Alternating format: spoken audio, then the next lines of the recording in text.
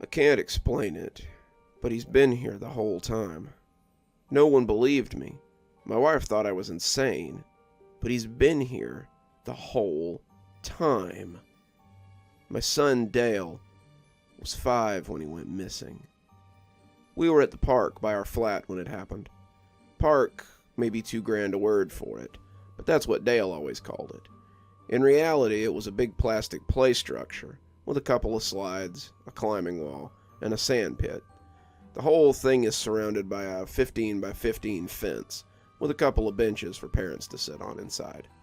That's where I sat that day, scrolling through Reddit and finishing my cigarette. Dale was playing with a couple of neighborhood kids, their parents sitting on the other benches, so they didn't have to breathe in my smoke. I looked up in time to see him go beneath the play structure, into an area they call the cave. The cave is an enclosed area beneath the structure, with a roof that was comfortably close for a kid and downright claustrophobic for an adult. I heard my phone chirp and looked back down to see a text from my wife. She'd gotten home from work and wanted Dale and me to come help with the groceries. I pitched my cigarette over the fence and called for Dale. "Come on, Dale. Mom's waiting for us." No response.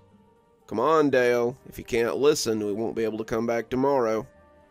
Usually this would have brought him running. Playing outside was his favorite pastime, but there was still no answer. Both of his playmates came out the other side, giggling and laughing as they acted out whatever game they were playing, and I asked if they'd seen Dale. Alicia, a dark-haired girl who was missing her front teeth, lisped, "He's still in the cave, Mr. Darwith." So, I hunkered my nearly 6-foot frame, looked into the dark underbelly of the play structure, and called for Dale to come out. "Come on, Dale, we really have to go. Mom's waiting on us." I still didn't think anything was amiss, other than Dale trying to squeeze in a few more minutes of playtime. I expected him to giggle and poke his head out, baiting me into chasing him or crawling into the cave. He knew that as big as I was, it would be funny to watch me try to get under the structure and run him out, a game we played often. Instead, there was only silence. So I sighed and hunkered down on the damp sand to crawl under to get him. I heard the other two parents chuckle as they watched me, my back scraping at the bottom of the structure as I crawled towards the entrance to the cave. I didn't mind playing with Dale, but this was a little much. I was tired from my night shift the day before, and my back was sore from lifting freight all night. I resigned myself to having a stern talking to with him on the way home about not listening and crawled into the dark opening of the cave. As I passed from the lighted world outside, the afternoon sun cut slants across my face through the boards of the structure as I entered the darkness of the cave. I felt a crawling sensation on my neck suddenly. I thought I might have picked up a spider, and I ran a hand over to knock him off. There was nothing there, but the feeling wouldn't abate. It felt like my hackles were up, that ancient feeling of predators nearby putting me on edge, and it took everything I had to keep dragging myself through the space. It was only about 5 feet of blackness, but the space was preternaturally dark. It was the weirdest I had felt in years. Was it always this dark in here? I'd crawled through here before, but I didn't remember it being this black. Worse still, I didn't feel like I was alone in here. Of course I'm not alone, I reminded myself. I came in here to get Dale. As I crawled through, I began to doubt that he was still in here, and the sense that something else lived here wouldn't so easily be put aside. I felt like something hateful lived here, something that was even now hungry and slobbering. My goal went from getting Dale to getting the hell out of the space, and I came out the other side, expecting to be dragged back and consumed any minute. I stood up, wiping the dirt off my knees, as the air puffed out of me loudly. It could have easily been mistaken for exertion, but I'd be a fool to pretend it was anything but fear. I expected my son to pop out and laugh at his silly old dad then, but he was still nowhere to be found. "Dale?"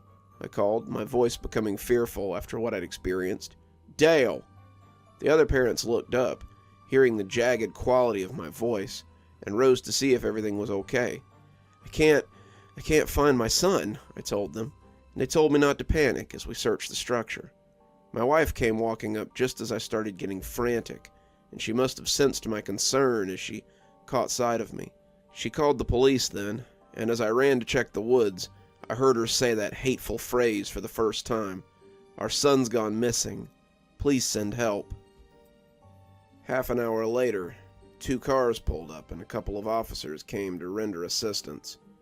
I had searched behind the flats, in the scraggy woods nearby, around the little retention pond that I always told Dale to keep away from, and was just about to start knocking on doors when I saw them.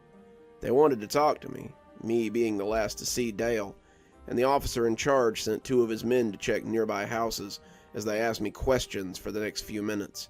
Where had I seen him? What was he wearing? Was there anyone suspicious around? Who were his mates? Where might he have gone off to? Did he run away often? And all the time they assured me that they would find him, and not to panic. I answered their questions honestly, but I knew that he couldn't have left the play park. Dale was small for his age.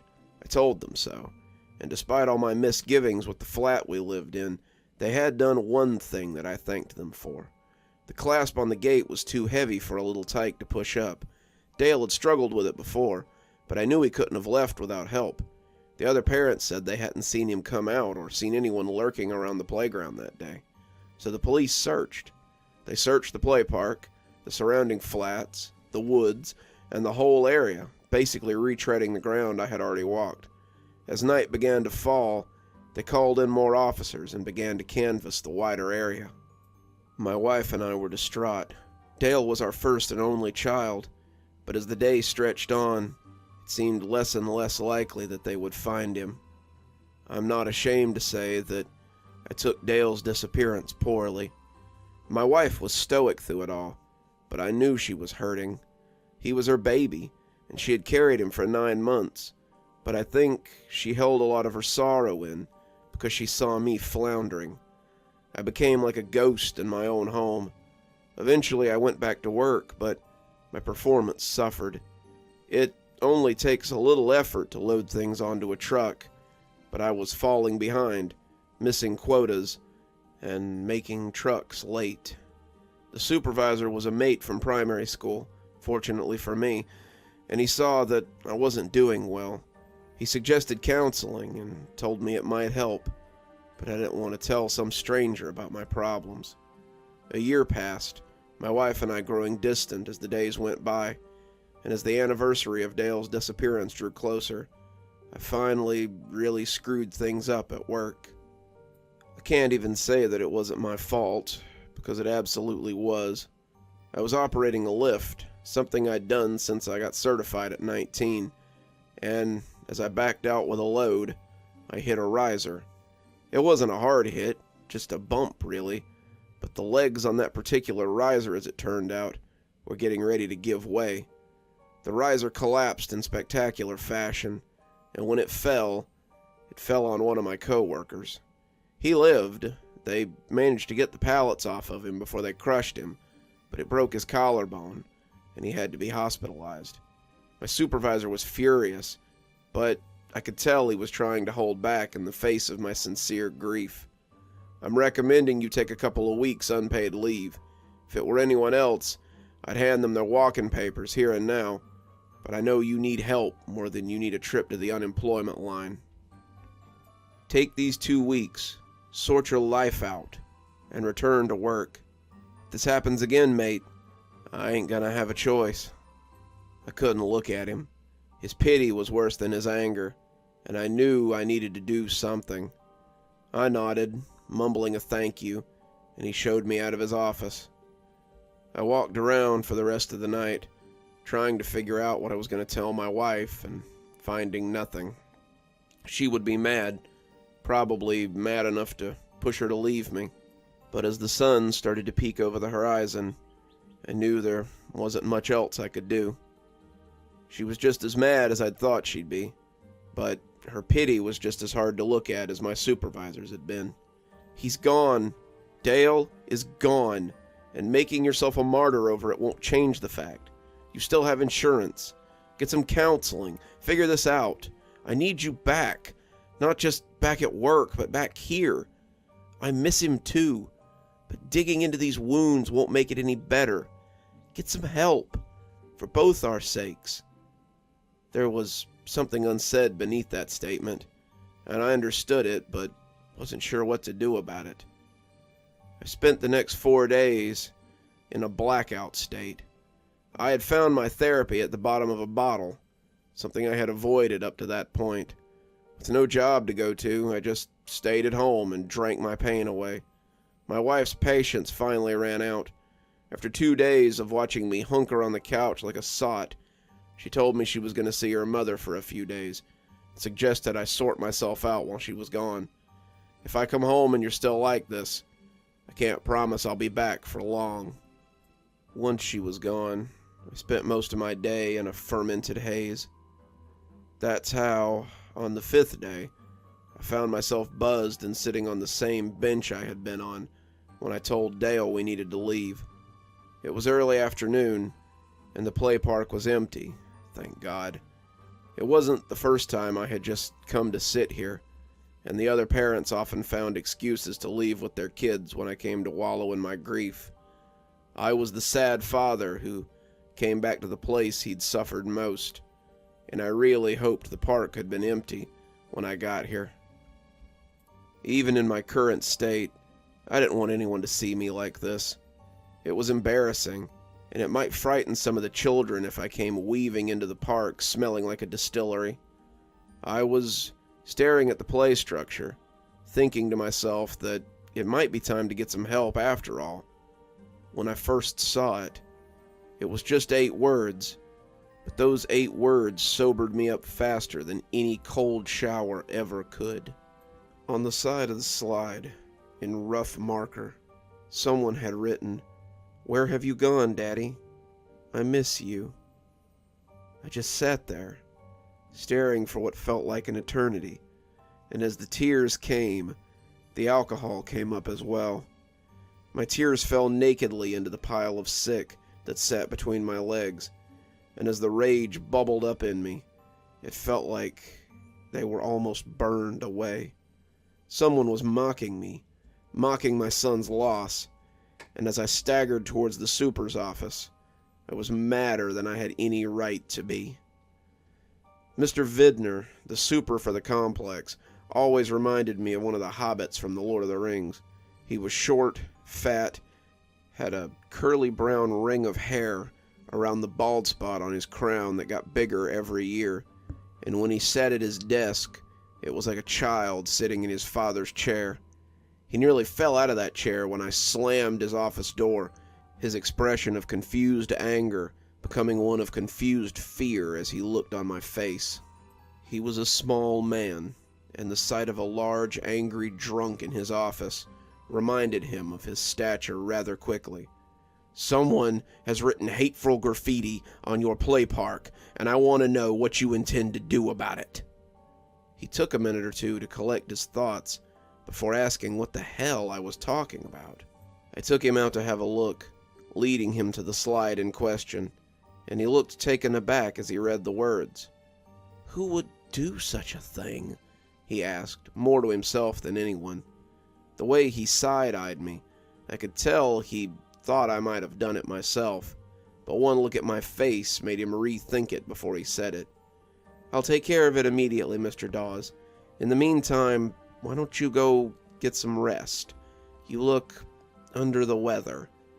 He had the decency not to call me a drunk out in the open, and I conceded the matter as I went home to sober up a little.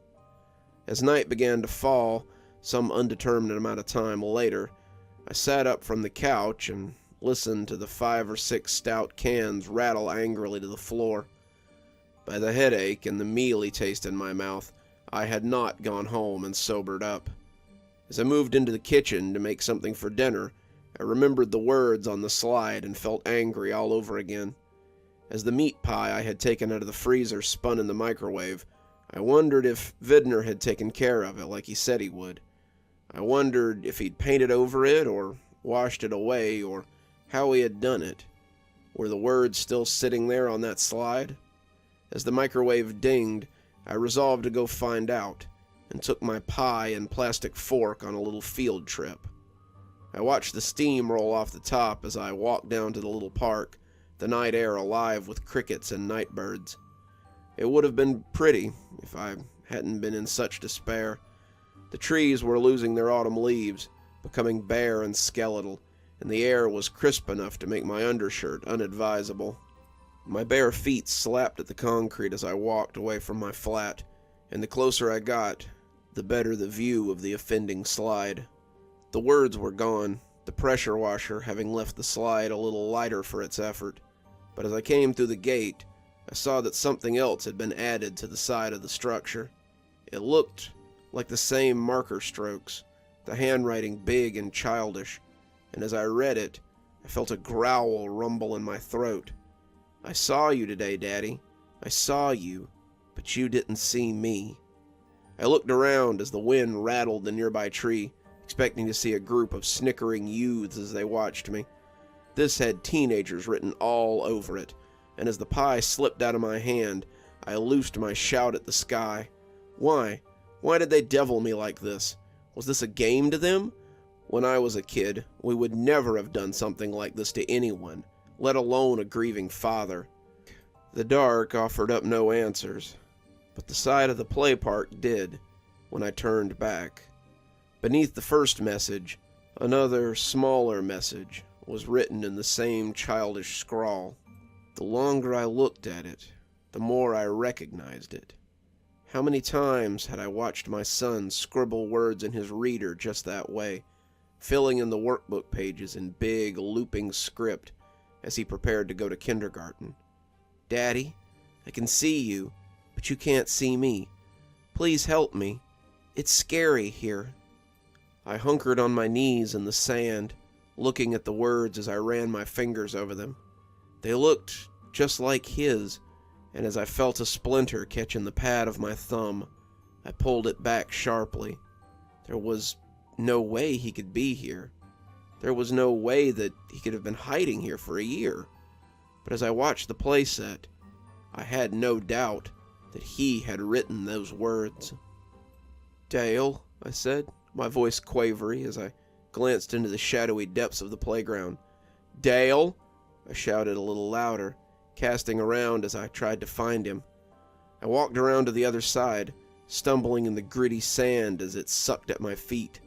My head was full of rails, and my words slurred even to my own ears. There were doubtlessly people looking down through their curtains at me as I capered like a sot drunk, but I didn't care. My boy was here. He was here somewhere, and I needed to find him. I tripped then, going face down in the sand, and when I came up, I saw a new message on the wet-looking plasterwood.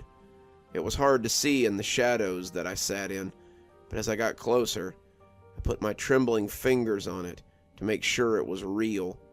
My fingers came away tacky, the tips black as if they had touched wet marker. "I need you to come get me, Daddy. I'm stuck in the sad swamps, and I need help." "Excuse me, sir. Everything all right here?" As their flashlights hit me, I squinted, but the words were like a brand across my eyes. The sad swamps was what Dale called the swamps of sorrow from his favorite movie, The Never-Ending Story. We had watched it about 1,000 times, and when the VHS that I had owned as a kid finally broke in the VCR, we had searched for it on DVD until we found it at a local thrift store. He watched it every day before his afternoon nap, and I imagined that he could just about quote it word for word. Seeing the words "sad swamps" made me certain that it was Dale talking. But how? How could he be talking to me from... The light was right in my face now, and I pulled up a hand to block it. "Some of your neighbors were worried. You were faring poorly, Mr. Dawes. They heard you shouting and wanted us to come check on you." They were being kind. It seemed that everyone was being kind these days to poor old drunk Mr. Dawes. But I didn't have time for them. I'd seen something under the edge of the play park, half a word that was buried in the shadows. It was his latest message, and as I staggered towards it a little, I hoped it would tell me how to get to him. "What happened?" one of them asked in his jovial tone as he leaned down, Wife lock you out after you came home snookered? Well, we can get you a place to sleep it off, sir. Never. He had put a hand on my shoulder, but I pulled away from him as I tried to see the words that were written beneath the structure. It was just 6 words, but I couldn't see the last one, and the last one seemed very important. The police grabbed a hold of me, but I fought to get away as I tried to see that last word. I got as close as I could, both catching me under an arm as they pulled me away from the structure, and finally I saw it. I repeated it again and again as they put me in the back of the car, all the fight out of me now, wanting to commit it to memory before my drink-addled brain made a muck of it. We'll phone the missus and let her know that she can pick you up in the tank, Mr. Dawes. If she don't wanna, then I guess you're sobering up on a bench for the night, so long as you don't try any more of that. I ignored them as we left the parking lot, my flat disappearing behind us as I repeated those 6 words like a mantra. Look for me inside the cave. The police hadn't been wrong. My wife was livid. She came down to the station, her clothes clearly thrown on hastily, and glowered at me through the bars of the holding cell. It was just me in there with a few old gaffers, and they were snoring in a corner as I slouched on the bench. I was still imprinting those words on my brain, mumbling them like a magic spell, when I heard her voice and looked up into her scowling face.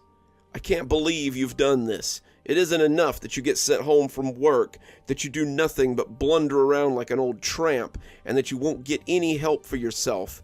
But now you go and get yourself tossed in the drunk tank. I'm done, Malcolm. Do you understand me? This is the last straw. I won't stay here and watch you destroy yourself. He's alive, I rasped out, and when she looked back at me, I saw all the anger leak out of her, only to be replaced with pity. I miss him too, just as much as you do, but you have to let him go. It's been a year, Malcolm. He's not coming home. It wasn't your fault what happened to him. You have to stop blaming yourself for this. He's been leaving me messages at the play park, Stephanie. I can prove it. Come with me and I'll show you. We can find him. We can be a family again. We can... But she cut me off with the first sob I'd heard from her in months. I'm leaving, Malcolm.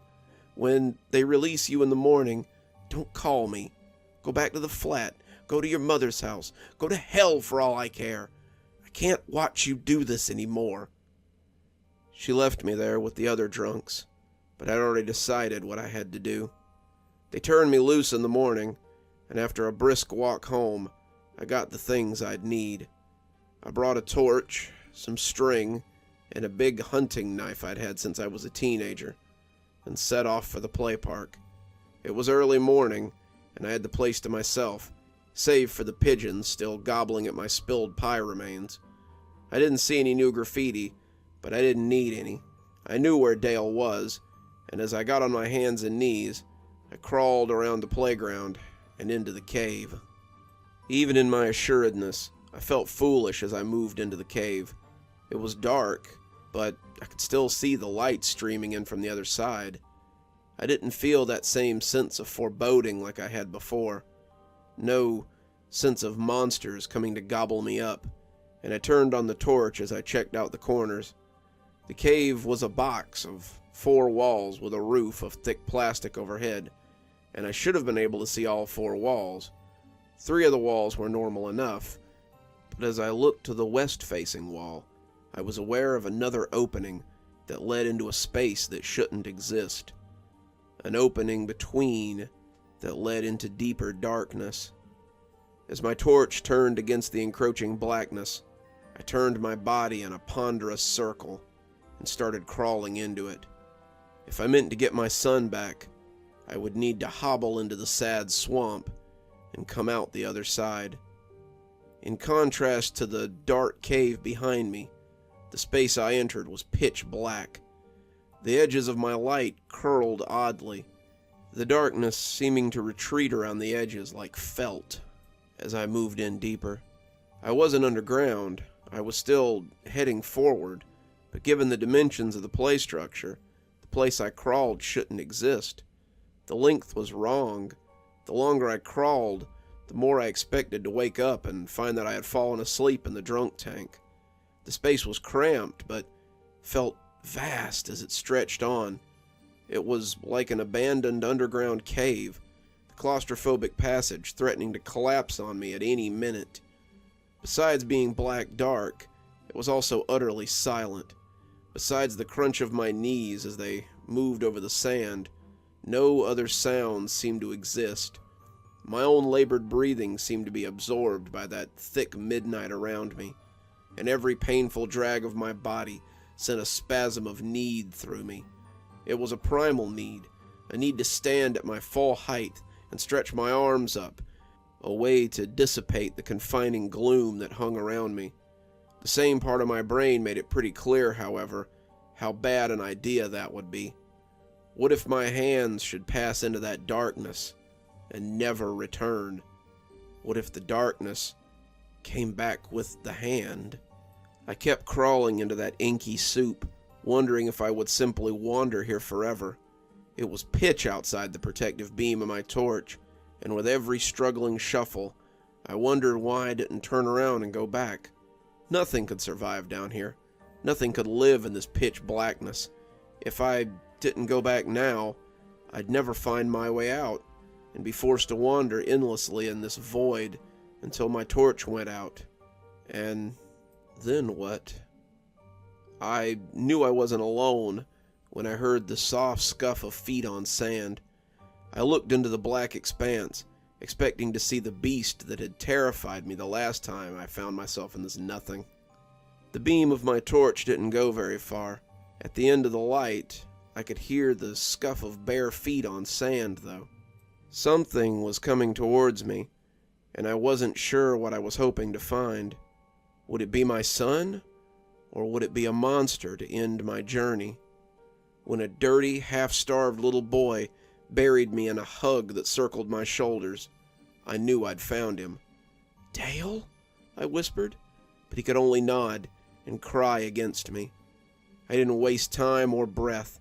I just scooped him up and didn't stop moving until I was back in the lighted world of the play park. As we moved, I could feel that clawing, penetrating glare from behind me. Something had noticed I was taking its prize, and they were unhappy. I kept crawling, kept pulling, but I could hear those scrabbling feet as they kicked up sand. They were getting closer now, their growl loud and thunderous, and on a whim, I turned my torch on them. Bathed in the light, they yelped wildly and kicked up sand as they backpedaled. I didn't dare look back to see what was tailing me. I put on a burst of speed, crawling like our lives depended on it, and when I collapsed in the light of day, I was aware of people shouting at me to get out of there. Their kids were asking who I was and why I was so dirty, but they must have thought I was a bum. When they saw Dale, they tried to take him from me, but I held on like my life depended on it. And when they finally recognized us, I heard their anger turn to surprise.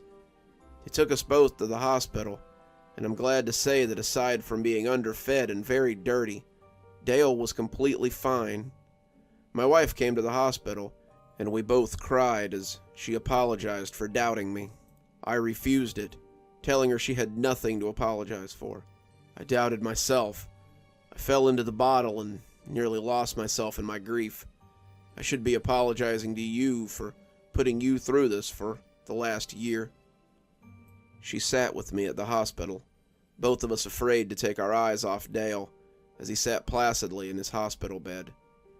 I asked him about what he had gone through, but he couldn't tell me much. He said that he got lost in the cave, and he crawled and crawled until he came out in the play park again. Only it wasn't his play park. The play park he found was different, and me and his friends were gone. The sky was sort of purple, and the clouds were too thick-looking to be real. I couldn't get the gate open, but that was probably good. There were these big things that would come by like living shadows, and they would look at me like I was an animal in the zoo. I drank some water from a gross puddle, but there was no food. Sometimes I went to sleep in the cave, but I always felt like something was watching me in there. It never tried to hurt me, but it always felt like I was hiding and waiting for someone to catch me. I thought I was going to starve before I heard you breathing in the cave. I had to run away to get away from some shadow people who were looking for me, and I heard you down there and went to see what the sound was. I asked him about the messages, and he said he had found some kind of marker in the sand over there, and that was about the time he started seeing a shadow inside the play park. I knew it was you. Somehow I just knew it was you, but you couldn't see me. So I started writing messages, hoping you would see them. I guess you found them. The strangest part is that Dale swears he was only there for a week. He says he kept going back into the cave, but he only slept a few times while he was away. What's more, the doctors say he doesn't appear to have grown in the time he was gone. His dental records and growth structure are the same as when he had a checkup about a month before he disappeared. I'm glad to have Dale back, but I don't let him play in the cave anymore. We still visit the play park, and I still let him slide on the slides and run on the structure like he used to, but he's forbidden to go underneath anymore. It's a rule he doesn't mind following, lest he get lost in those dark tunnels for a second time.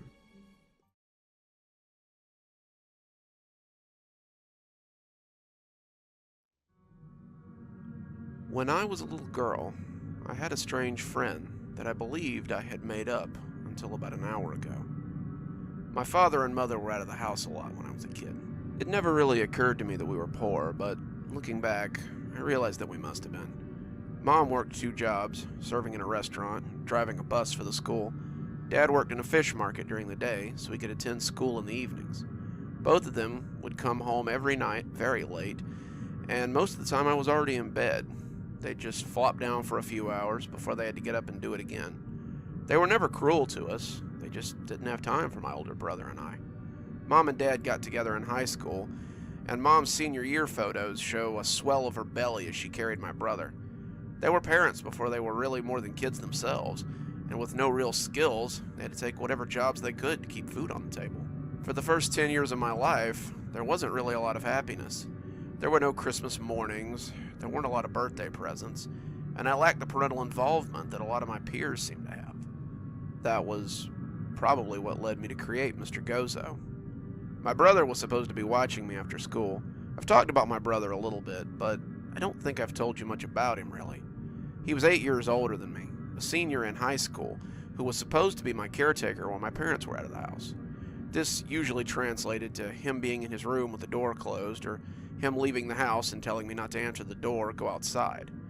This meant that I spent a lot of time alone as a kid, but I much preferred the time when he left me alone. My brother was more than a neglectful babysitter.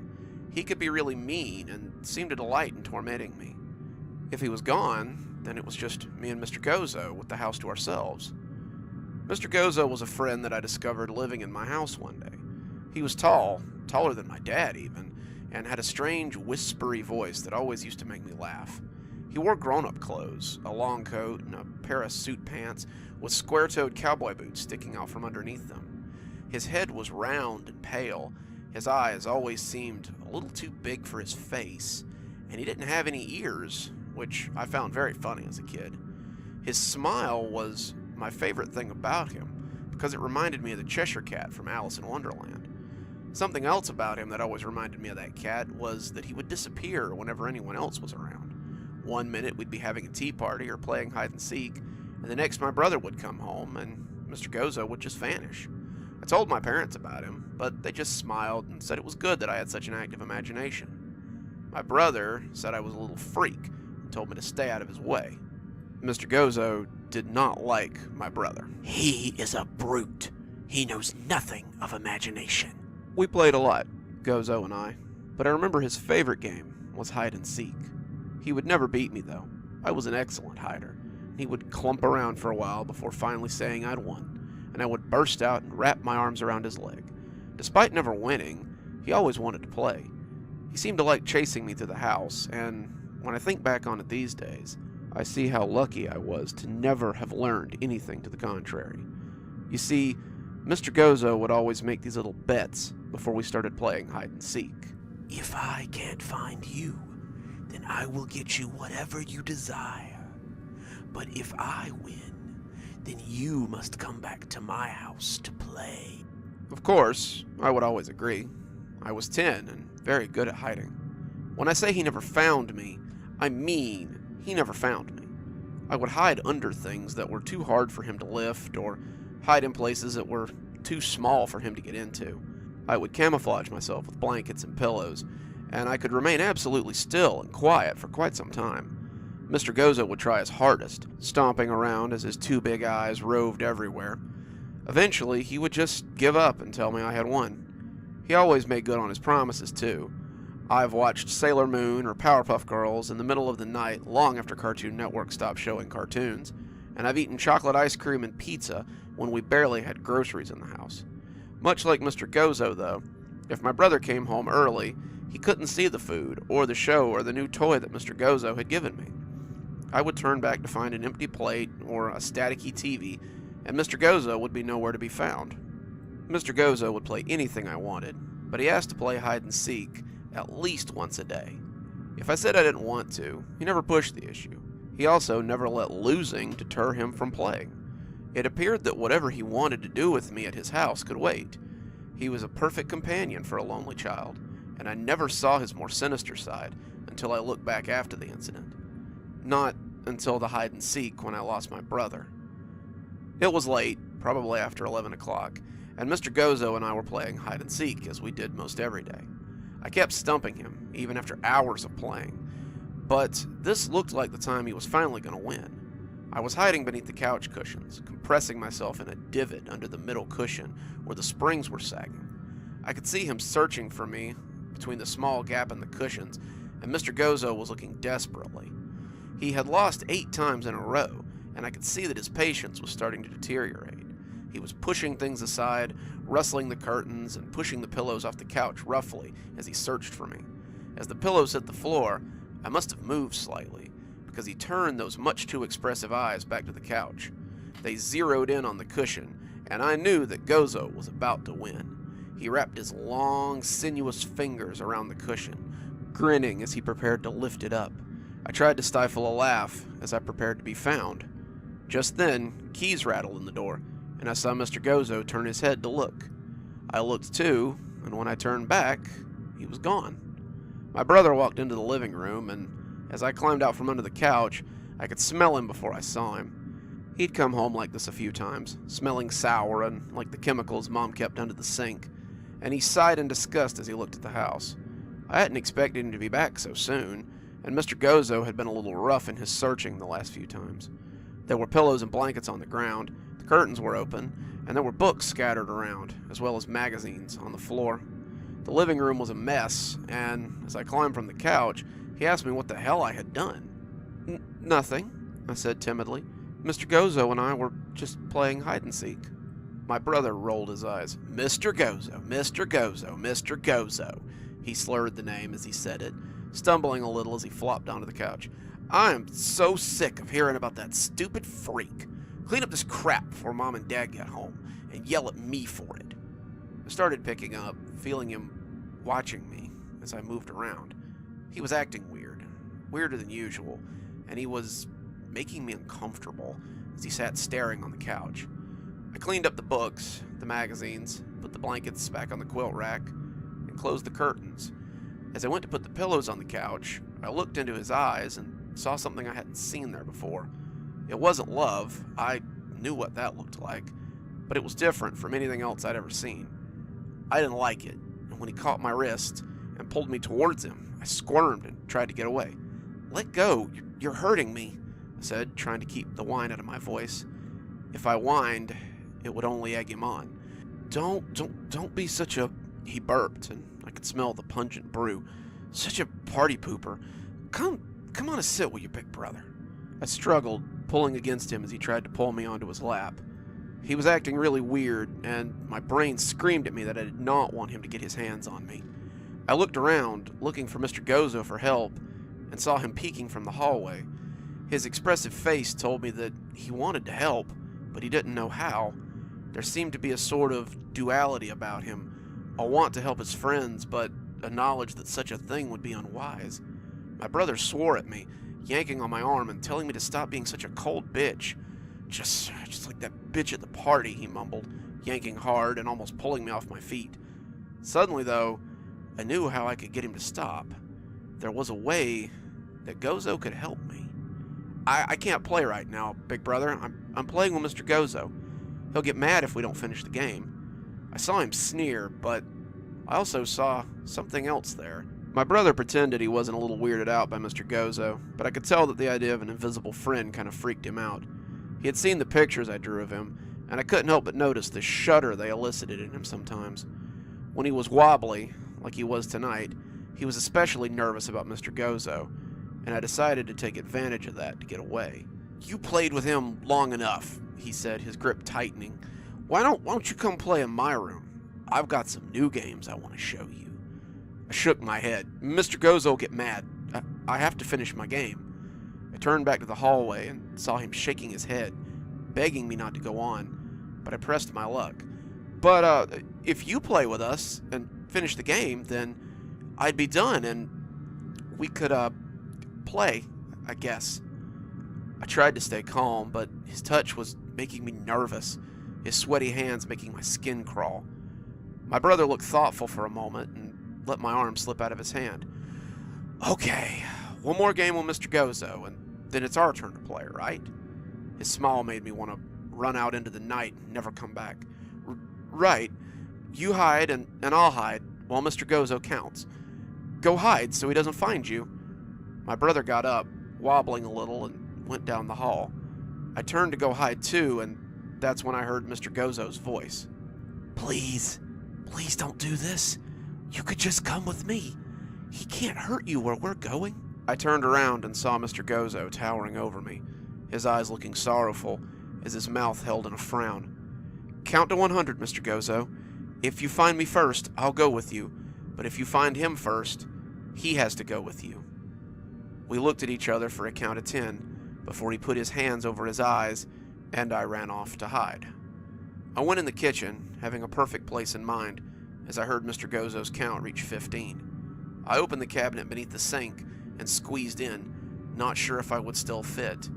I had found this spot a while ago, seeing the small space beside it once you were under the sink, and marked it for future use. I knew it would be too small for Mr. Gozo, or my brother, to squeeze into, and they would have a hard time seeing me in the little space between the drawers and the wall. I squeezed in there, pulling the drawers back in as I inadvertently nudged them, and pressed myself as flat as I could against the wall. Even if my brother got bored and came to find me, he'd never find me here. I breathed very shallowly and stifled my gasp as I heard Gozo's count reach 100. Then, the game began. It started out normally, Gozo seeking and me hiding.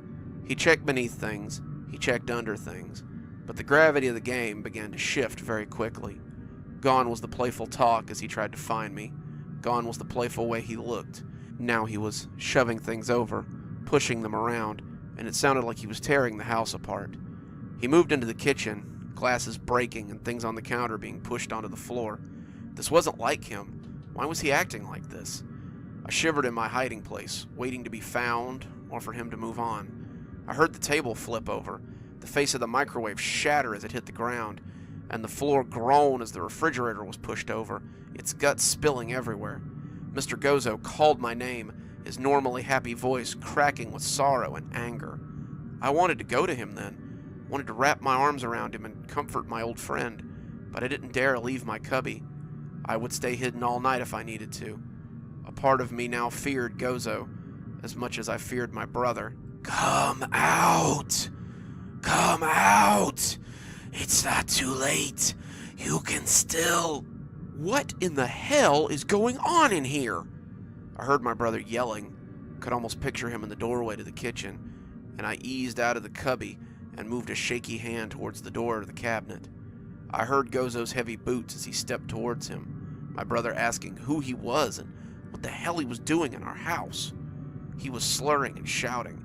Mr. Gozo was silent as the grave as he walked towards him. I pushed the corner of the cabinet open, just a little bit, and looked out of the crack, seeing the two long legs as they walked towards my suddenly scared brother. I was looking between his ankles as he walked. He had been so close to my hiding place that he might have heard the silverware shivering in the drawers if I had started shaking any harder.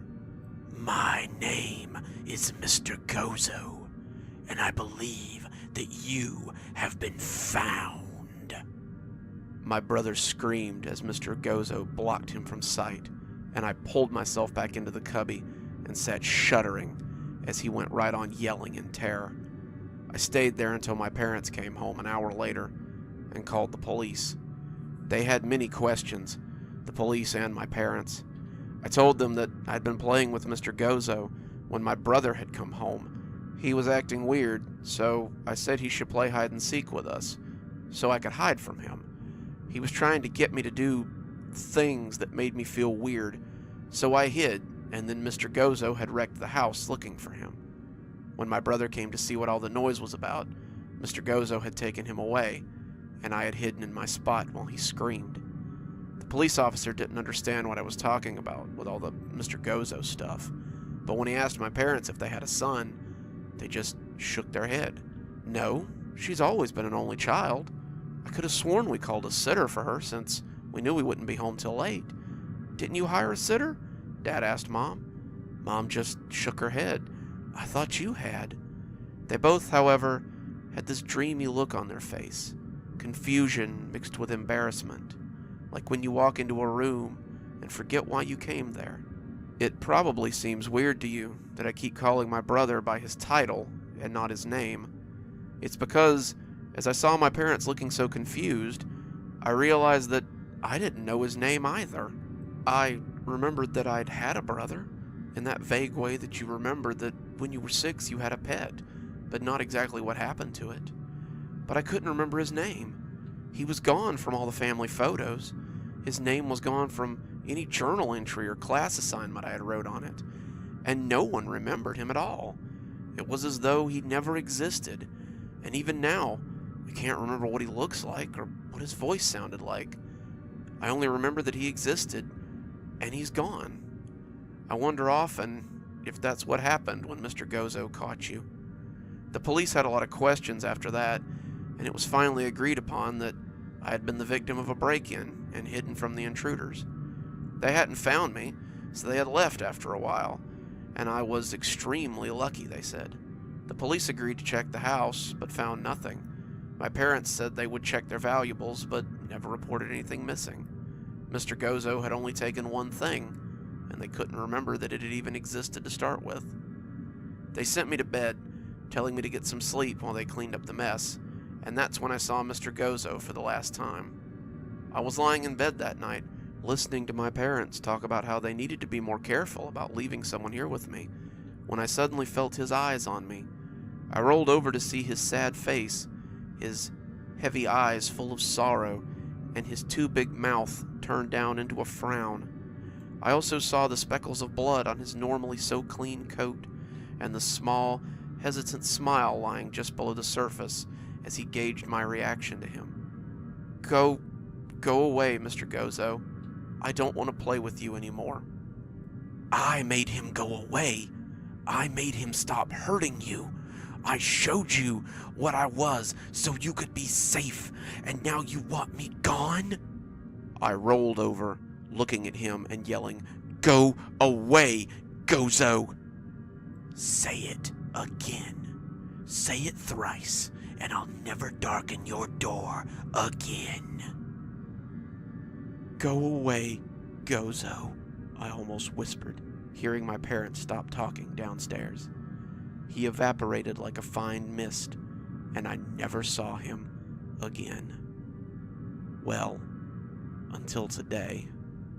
I'm a grown-up now, married with a girl of my own, and I haven't thought about Mr. Gozo until just a few hours ago. I was putting away laundry when I found my 4-year-old hiding in the towel closet. Emily apparently got her father's hiding genes, because a blind man could have found her hiding under that pile of towels. She squealed as I found her, but then looked grumpy and told me to close the door before he found her. "Who?" I asked, smiling at her as I lifted her into my arms. "Mr. Gozo," Emily said, and my blood ran cold. She took me to her room when I asked who that was and showed me pictures. He wears the same long coat, the same straight black pants. She even drew the square-toed boots that stick out from beneath them. She captured his face in a way that I never could have as a child. His pale oval face, his almost cartoonishly large eyes, his smiling mouth of pointed teeth, and his distinct lack of ears. His head is still shaved, but she's drawn him with a large top hat, an eye floating in its middle. The eye is blue. Were my brother's eyes maybe blue? She's in my room now, with me, whining because she can't finish her game with Mr. Gozo. Sometimes I feel like I can see him out of the corner of my eye as I write this, his wide smile predatory. I don't know what to do. I can see Emily talking to him in the mirror, his two large forms sitting on the bed as he listens to her. Every now and again, though, I see those two big eyes of his glance over at me, knowing me and seeing me for who I am. I want to take my daughter and run, but I don't know how he will react to such a move. Perhaps I can offer him one last game. Perhaps I can finally give him what he always wanted. Perhaps I can save my daughter, as my big brother inadvertently saved me all those years ago. I have to try, don't I?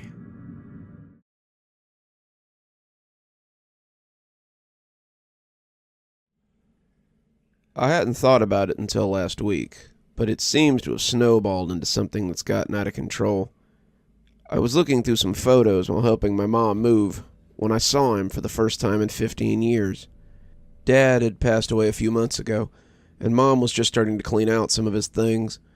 The picture had been taken at a birthday party, my 9th birthday party, to be exact, and it showed my friends and I standing in front of the house and smiling as my mom took the picture.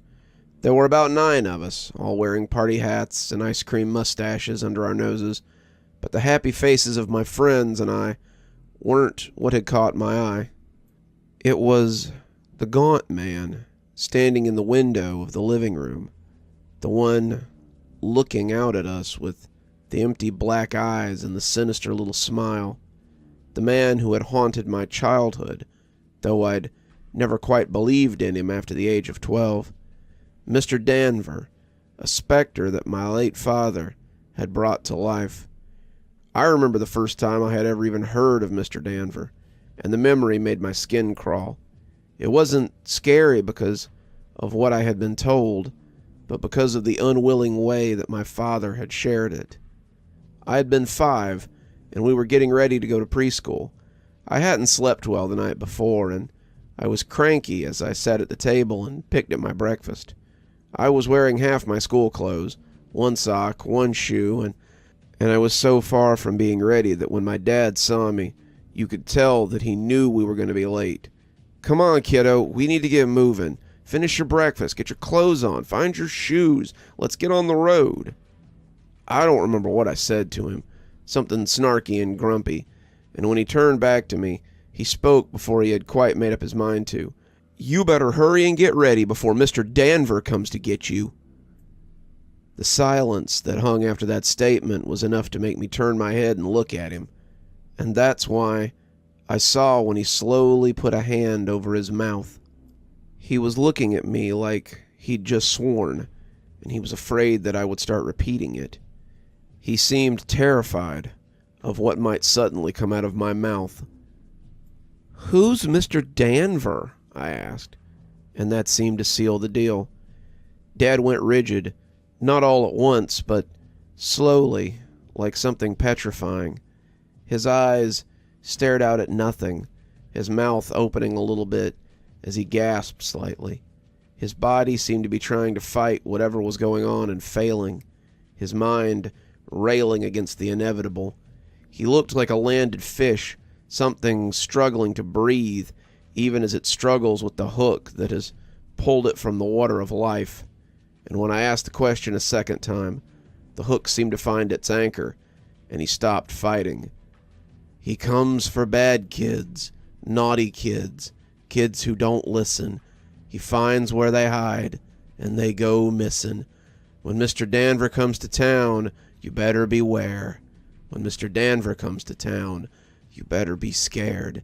He's tall and old, with skin so thin. His hair is wisps, gray as tin. His teeth are sharp, his eyes are black. He'll drag you off, and you'll never come back. When Mr. Danver comes to town, you better beware. When Mr. Danver comes to town, you better be scared. He delivered it all in the well-trained cadence of an off-Broadway actor at an audition. It sounded like something he had repeated 1,000 times, and I realized then that it was something I'd never forget. The scariest part about it wasn't what he had said. It was how he had said it. The voice was so different from Dad's that it was like watching a ventriloquist talk through him.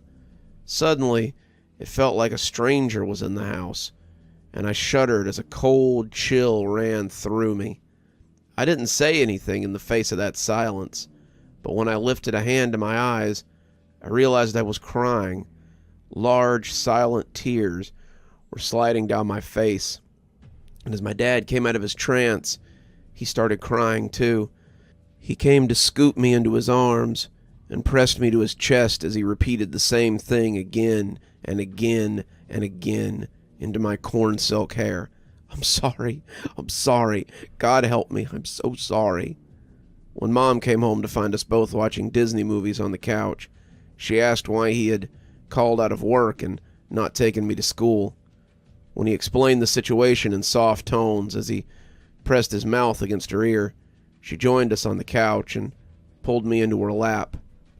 That was the first night I saw the old specter, but it wouldn't be the last. I woke up with the most profound chill I'd ever felt. It ran up my cheeks like mice feet, and my eyes popped open as I lay in bed. The room was dark, my toys casting shadows across the floor as the moon crept in through the window. But I knew those spooky shapes were not the source of my discomfort. I could almost imagine that I heard the song Dad had sung as it scampered in with the air conditioner in the vents. I could see the dust motes in the moonbeams as they boogied to that haunted chorus, and as I stared at them, that's when I saw him. He was hunkered in the corner, his knees against his chest, his arms resting on his knees. He was looking at me from the pit of shadows where he sat, and when he realized I was looking back at him, I saw a wide grin stretch across his face. His toothy mouth stretched ear to ear, and as he stood up, I could hear his joints popping like kindling wood. His hair set neatly on his head, looking like the hair you saw on zombies in horror movies, and it brushed the ceiling as he stood up. He rose until his head nestled in the corner of that ceiling, his frame all of 8 feet tall. He had a hat in his hand, a hat I would later learn was called a bowler, and his arms were covered in a rich brown suit coat. He was wearing a suit beneath it, but I was only vaguely aware of it. As he rose, the moon casting his features in contrast, I was mesmerized by his eyes. They were dark pits of shadow that looked at me with mirthful knowledge. "Sorry to wake you," he said, his voice sounding like someone who's lost their breath to excitement. "I just wanted a peek. I'm sure I'll get a closer look sometime. Toodaloo." I started screaming then, and when Dad came in and turned the light on, there was nothing in the corner but the star stickers that stuck to the ceiling above the spot.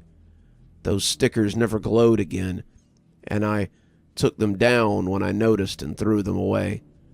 I was afraid he had gotten his taint on them. Dad pulled me into a hug, Mom beside him, hugging me in an instant, and both of them held me until the shaking stopped. After that, I saw him any time I did something disobedient.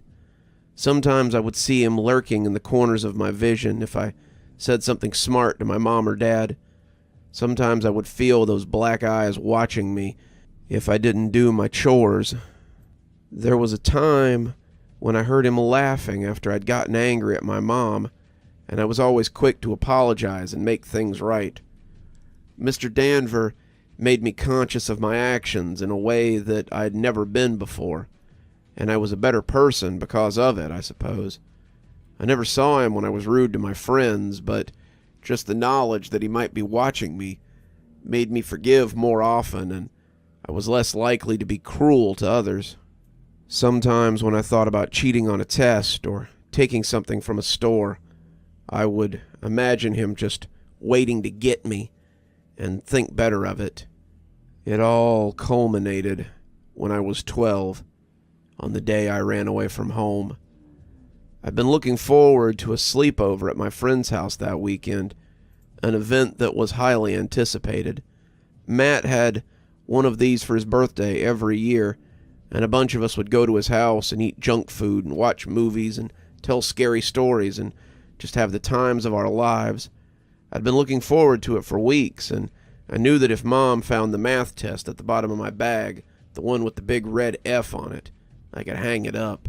I'd buried it deep in my backpack, but not deep enough, apparently.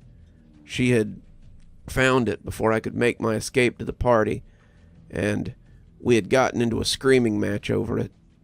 It was unfair, I told her.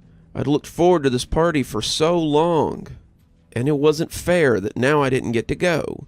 She said that was too bad, and if parties were more important than schoolwork, then I needed to get my priorities in order. I was so mad, so furious with my mom, that I did the unthinkable before I could remember the specter of Mr. Danver. I told her I was going whether she gave me permission or not, and walked out the door before she could stop me. I ran up the street, heading for Matt's house, listening to my mom call from behind me. I expected her to be angry. I expected her to be upset. Instead, she just sounded scared. She told me to come back, that we could talk about this, but I was in no mood to listen. I was going to the party, whether she liked it or not, and nothing was going to stop me from getting there. It wasn't until I saw him standing under a burnt-out streetlight that I remembered the looming specter of Mr. Danver. When it began to flicker, I realized it had a little more juice in it. In the flickering light, I could see the tall, thin frame as he grinned at me, his translucent skin clinging to his face like a mask. He had his hat in his hand again, his immaculate suit still looking pristine in the flickering light, and his eyes reflected that flicker like a stuffed animal's. He looked unreal, standing in the everyday world, like a piece of Halloween decor that's a little too well made.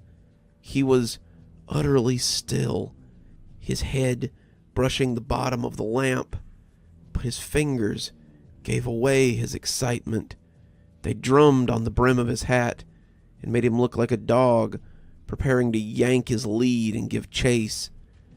We stood looking at each other for a count of 5 before I turned and shot off towards home. Mr. Danver was coming after me just as quick, but his lack of footfalls made me panic all the more.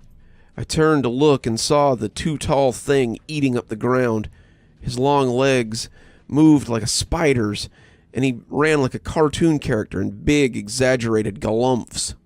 He was gaining on me with every step, his strides twice my own, and I screamed in frustration and terror as I put on an extra burst of speed.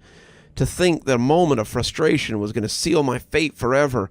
I'd been hyperfixated on my behavior for so long, and now a sudden lapse in judgment was going to kill me. "When Mr. Danver comes to town, you better beware." The wind seemed to bring the hateful words to my mind as it rushed past my ears. "When Mr. Danver comes to town, you better be scared." I was scared. I was terrified. When my house came into view, I was afraid that I would get snatched within view of the front door. Mr. Danver would reach out with one long arm and pull me into the darkness, and I'd be gone forever. It would happen just that quick, and no one would know what had gotten me. Correction, my parents would know. They would know, but how would they tell anyone? To admit to such would make them sound nuts and probably make people think that they were responsible for my disappearance. I turned suddenly, going through the gate and running up the walk, and I felt the icy chill of Mr. Danver's hand as it passed inches from me. I took the steps 2 at a time, praying the door would be unlocked, and when Mom threw it open, I leapt into her arms. I'm sorry. I'm so sorry, Mom. I'm sorry. Please forgive me. Please don't let him take me. I pressed my face against her, not daring to look back into the yard. Mom whispered that she forgave me, but when she talked to Mr. Danver, her voice was a mixture of rage and an old fear. Get out of here. All's forgiven. There's no misdeed. You cannot take him. I kept my face pressed against my mom, but I still heard Mr. Danver's spidery voice when he answered her. Another time, then. When I peeked back, he was gone. Dad came home an hour later, getting off work early after Mom called him, but I was still shaking and sobbing on the couch. Why? I asked him when he came in. Why did you tell me about Mr. Danver? My dad was quiet for a moment, thinking about his answer, before sighing and saying, 'Cause it's not something I meant to do. It happens. Someday it'll happen to you too as well. Never. I would never do that to my child. I shuddered as he wrapped me in a hug, but I didn't pull away. Sweetie, we won't have a choice. I didn't have a choice. My father didn't have a choice. No one has a choice. Once you know about him, the knowledge demands to be shared. His name is dark knowledge, a secret shared by many, and it must be served. That was when he told me how he had come to know about Mr. Danver from his father. I was playing with something on the couch when Dad told me to clean my room. I ignored him, wanting to finish my game, and when he said if I didn't go do it now, he would call Mr. Danver, I looked up, and when he said it, the look on his face was both confused and afraid. Dad, your grandpa, wasn't always the nice guy that you know. He joined AA when I was in high school, but before that he was a drunk. He could be mean when he was drunk, too, and I should have known better than to hesitate when he asked me to do something. Instead, I asked who Mr. Danver was, and when he sang me the little song, it was the soberest I'd ever seen him up until that point. The words were forced out of him like vomit, and when he finished, he threw his arms around me and told me how sorry he was. Dad looked at me, and his eyes were hollow pits. I saw him in my room that night, and it wasn't the last time either. He told me that when he'd told the story to Mom, the one about his father telling him about Mr. Danver, she'd cried and said that she'd seen him too. Her dad told her too. One day you'll tell your kids. You won't want to, but you won't have a choice. The song is as inevitable as Mr. Danver. What you got there? I jumped as Mom came in and found me looking at the picture. I put it in my pocket, not wanting to remind her about Mr. Danver if I could help it. I moved to another box, Mom taking the box of photos I'd been looking through, and I tried to put the name out of my mind. It was easy to do as I worked, but as I sat at home later, still sore from a day of moving furniture and sorting boxes, I started thinking about it. If my parents and I knew about Mr. Danver, did anyone else? I pulled up Reddit and made the post before I could think better of it. I didn't know if you could transfer the knowledge like that, but I wanted to know bad enough to find out. Hey guys, I remembered something from when I was a kid. I just wanted to know if anyone else had heard of it. My dad told me a spooky story about Mr. Danver when I was a kid, saying he would come get me. My mom knew about it too, but I was wondering if it was something anyone else had heard of, or if it was something that he made up. The post had barely sat for 5 minutes before I got a response. It wasn't the last either. Yeah, my dad told me about him too when I was little. Seems like I must have had nightmares about it, 'cause I can remember dreaming he was in the corner of my room sometimes. OMG, so weird. That was exactly what my mom called it too. It was weird when she told me too. I thought she was having a seizure. My uncle used to tell me that he would come get me if I was bad. Wasn't there a song or a poem that went along with it too? Yeah, it was pretty catchy, but I can't remember all the words. On and on and on. The thread had around 100 comments, and not all of them were Americans either. Mr. Danver seemed to be something that lived in the consciousness of most English-speaking people, and even if it had a different name, the descriptions they gave were exactly the same. Tall, suited, pale, wispy hair, sharp teeth, black eyes. The description was universal, and the idea that I wasn't alone didn't make me feel any better. If you too have experienced Mr. Danver, then it's already too late. One day you'll tell your kids. One day they will have the knowledge. One day, if they're lucky enough to avoid the icy grip of Mr. Danver, they'll pass it on. The cycle always continues, whether you want it to or not. One day, I too will infect my child with the looming specter of Mr. Danver. I've been searching for this tape most of my life. I've thought about nothing else since it was taken from me 12 years ago. As I sit in my grandmother's bedroom, holding the familiar red plastic in my hands, I feel a sense of inner peace. I know that my search is over, and that serenity can follow. Mr. Harzo's Corner was a show that I watched religiously from the age of 4 to 6. It wasn't some mysterious TV show that I saw on basic cable. It wasn't some scrambled signal I got from a weird public access network. It was actually something I found at a church rummage sale. The box of VHS tapes was sitting on a little table with the words 5 for $1 scrolled across it in permanent marker. I had leafed through it and seen the usual church swap meet stuff. Winnie the Pooh, VeggieTales, all the Disney movies with their cracked plastic windows and dirty fingerprints on the names. But nothing really stood out. I had selected a few Winnie the Pooh episodes when I found the dirty plastic cassette near the bottom. It had a lurid red body, the color similar to old lipstick, and a handwritten name on the front. The black magic marker name read Mr. Harzo's Corner, and it immediately caught my attention for some reason. I picked it up and just looked at it for a moment. I had grown up in an age of strange cassette tapes. Nickelodeon put out the chunky orange cassette tapes that often had episodes of Rugrats or Wild Thornberrys. And even some of the VeggieTales cassettes were different colors, depending on whether they were holiday specials or not. This one, however, seemed odd right off the bat. The plastic just felt thick in my fingers, and I remember both wanting to put it down and never put it down again.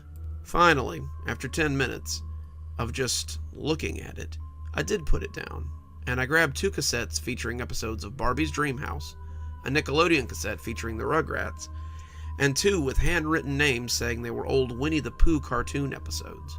I brought them to my mom, and after looking over them, she nodded and gave me $1. I had taken them to Miss Wazowski, the cheery old lady who often organizes these rummage sales, and she put them in a plastic grocery bag and smiled at me as I walked to rejoin my mom. It wasn't until I got home that I realized there was a 6th tape in that bag, though. I had just turned on the VCR TV combo in my room when I realized there was an unfamiliar, yet very familiar red cassette tape at the bottom of the bag that had definitely not been there when I'd checked out. I picked it up and saw that Mr. Harzo's Corner was scrawled across the front, and it was weird that I didn't remember picking it up at all. Instead of putting it back, I put it in the VCR and watched as the static began to clear on the screen. I had been intending to watch some of the Winnie the Pooh episodes, but the bag of tapes would sit forgotten for quite some time. Mr. Harzo's Corner would be the only thing I really cared about for the foreseeable future. The show appeared to be nothing special. It was clearly a Mr. Rogers knockoff, but the Mr. Harzo character was strange, yet endearing. He looked normal enough, a slight blonde guy, taller than your average kids show host, with a corduroy jacket and a pair of battered jeans that covered the tops of his Reebok sneakers. The camera showed him coming into a normal living room, again very reminiscent of Mr. Rogers, and then greeting everyone with a big smile and a waving hand. "Good afternoon, boys and girls. And of course, a very special afternoon to children of all ages. Welcome to Mr. Harzo's Corner. Know that I am glad to see you, and that I am always here, just for you." As it went on, Mr. Harzo's Corner turned out to be nothing like Mr. Rogers' neighborhood. Mr. Rogers often taught children life lessons about accepting people and being a friend, and lessons about how the world worked. Mr. Harzo's Corner was more like having your own personal therapist inside your TV. Mr. Harzo taught no life lessons. He went on no adventures in make-believe. He just sat in his big easy chair with a cup of tea at his elbow and listened. First time I watched the episode, I was a little bit confused. After his greeting, he just leaned back and looked at me, smiling in a very strange way. His smile was warm, inviting even, but he seemed to be waiting for someone on the other end of the camera to begin talking. He just sat there staring at me, and I began to become a little creeped out. Even at 4, I knew it was a little bit unusual for adults to just sit there and stare at you. I remember reaching out to hit stop on the tape when suddenly Mr. Harzo cocked his head and seemed to speak directly to me. "Leaving so soon? I understand. Well, I'm glad you came to see me today. I hope you'll come again very soon." My fingers stopped over the button. Was he talking to me? It seemed like he had been, but this was just a VHS tape. This was an age before interactive tapes, and the idea that the VHS could talk to you was a little eerie, but also a little bit interesting. When he had spoken directly to me, I remembered feeling a little sad that I was leaving already. He seemed like he understood, but maybe he was a little sad to see me go as well. I recalled my hand, and that big grin spread across his face again. "Changed your mind? I'm so glad. So why don't you tell me about your day? I'm sure I'd love to hear all about it." I sat for a moment, thinking about what to do. Finally, I told the smiling stranger on the tape about my day. I told him about my mother, and going to the rummage sale, about finding his cassette tape, about bringing all the cassette tapes home, and discovering that his cassette tape was in with the ones I had bought. I told him I hoped I wouldn't get in trouble for having 6 instead of 5 cassette tapes, because my mother would think I had stolen it and she would get mad. Through it all, Mr. Harzo just sat and nodded, smiling his smile and listening as if I had the most interesting things in the world to talk about. Even at 4, though, I began to think that this was just someone pretending to listen. I remember thinking back to shows like Dora the Explorer, where Dora would ask a question and then pretend to listen to your answer. No matter what you told her to do, whether it was to go towards the next thing she had to do or sit in the grass and look at the clouds, she always came up with the right answer and went off to do what she was supposed to. I assumed that Mr. Harzo would do the same. He would interrupt me any minute now, just like Dora did if you spoke for too long, and start on some pre-scripted bit of dialogue. But he didn't. He sat and listened politely until I was done speaking. Then he nodded and answered me as if we were two people having a normal conversation. "It sounds as though it's been an exciting day for you. I'm glad you got to go and do something important, something that you enjoy. It's a real honor to be part of your life, and I hope we can be friends for many years to come." I spent the rest of the day in my room, talking with Mr. Harzo and telling him about my family, my home, and my life. He always seemed interested in my stories, and he always listened with that big smile and that fatherly way of talking about everything. My mom called me for dinner, and he said he would wait for me to come back. When I returned, he was still sitting and looking at the screen like I had never left. He asked me about dinner, and we talked until it was time for me to go to bed. "Will I see you tomorrow?" he asked, and I assured him that he would. I nearly left the TV on and just went to bed, but something told me that might be a bad idea. Not because the tape was cursed or haunted, but because Mom might come in and find it on. She might talk to Mr. Harzo, and Mr. Harzo might decide to be her friend instead of mine. The thought of losing Mr. Harzo, even after such a short time, made me feel furious, and I turned off the tape and went grudgingly to bed. I spent the next 5 months with my nose pressed against the TV screen, and Mr. Harzo listening to all my problems and woes. When my mom grounded me after the dog knocked the lamp over, he listened and consoled me. When my dad accidentally bumped me and I fell down the last 3 stairs, he was the one who told me it would all be okay. Every childhood problem, every unforeseen event, Mr. Harzo was there for me. It wasn't just that he listened. It wasn't even his advice that made me love him so. When Mr. Harzo talked to you, you felt like you were the most important person in the world. His attention was the most important thing you could ever have, and my 4-year-old brain drank that attention in. I became hesitant to leave the house, making up excuses why Mom couldn't go places, since I'd have to come with her. I wanted to spend every waking moment with my new friend, but something on the horizon would leave me with even less time with my dear Mr. Harzo. When I had to start kindergarten, Mr. Harzo told me how it would be new and exciting, and how he wanted to hear all about it when I got home. I attended kindergarten for about a week, coming straight home to lay on the floor of my room and talk with my new friend. When Mom got a new job.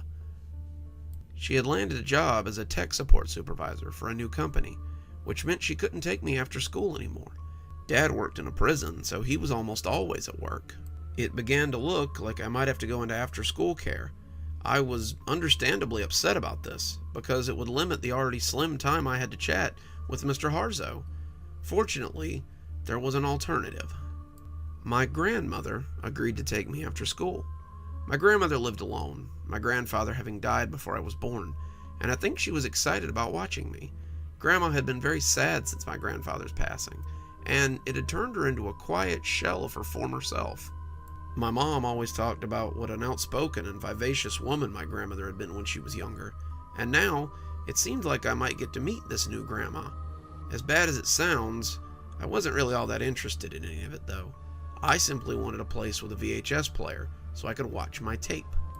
At first, that was all we did too.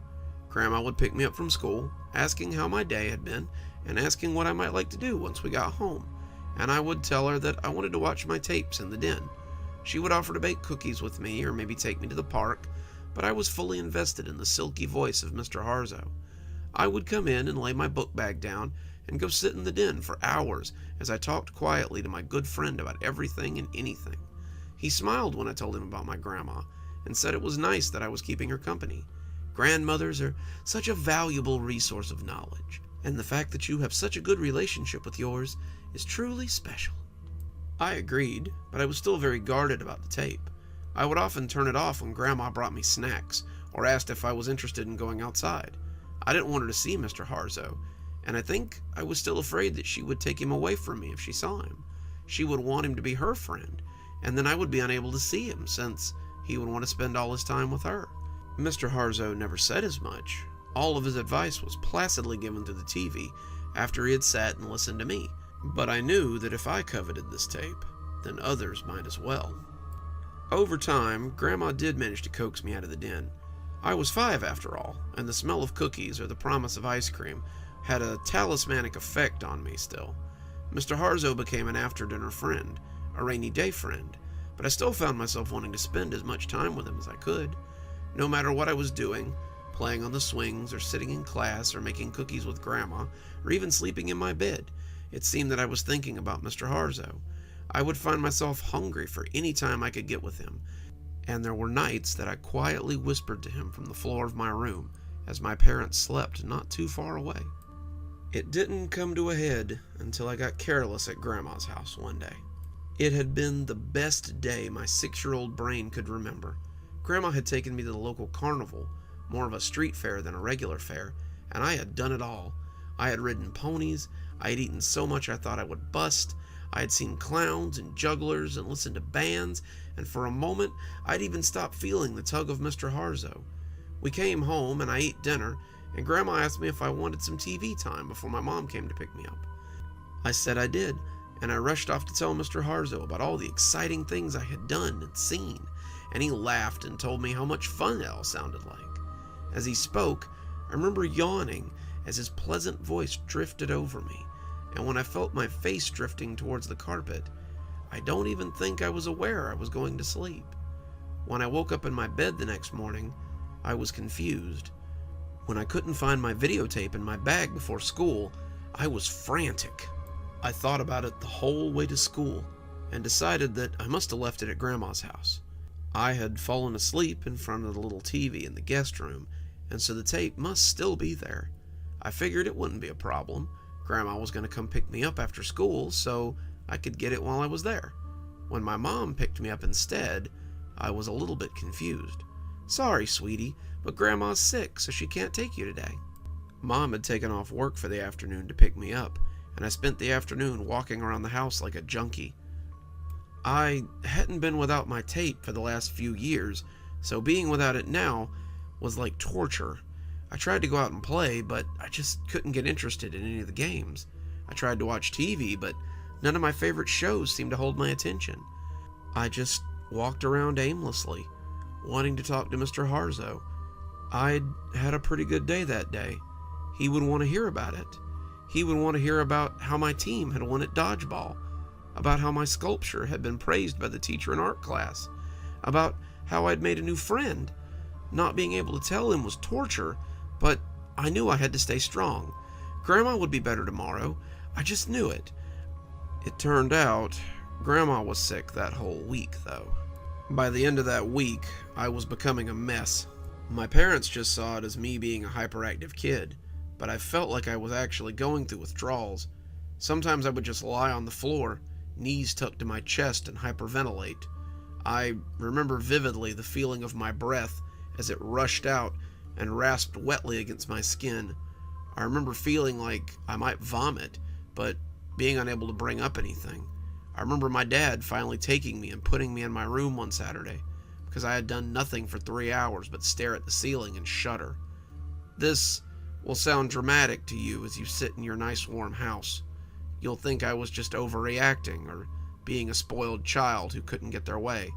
Some of you, though, the ones who have loved something self-destructive and lived through it, might understand what it was like.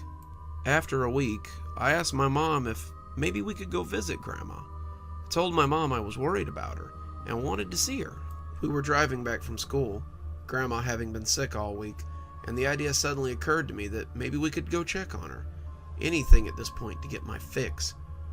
Mom had knocked about 20 times when she finally used the spare key to open the lock and head inside. I was in as soon as the gap in the door was big enough. The house looked different, but I hardly noticed. I was charging down the hall to the guest room, Mom calling for my grandmother as she came inside behind me. The door to the little guest room was ajar, and I crashed through it and knelt before the silent altar of that cold little TV on the floor.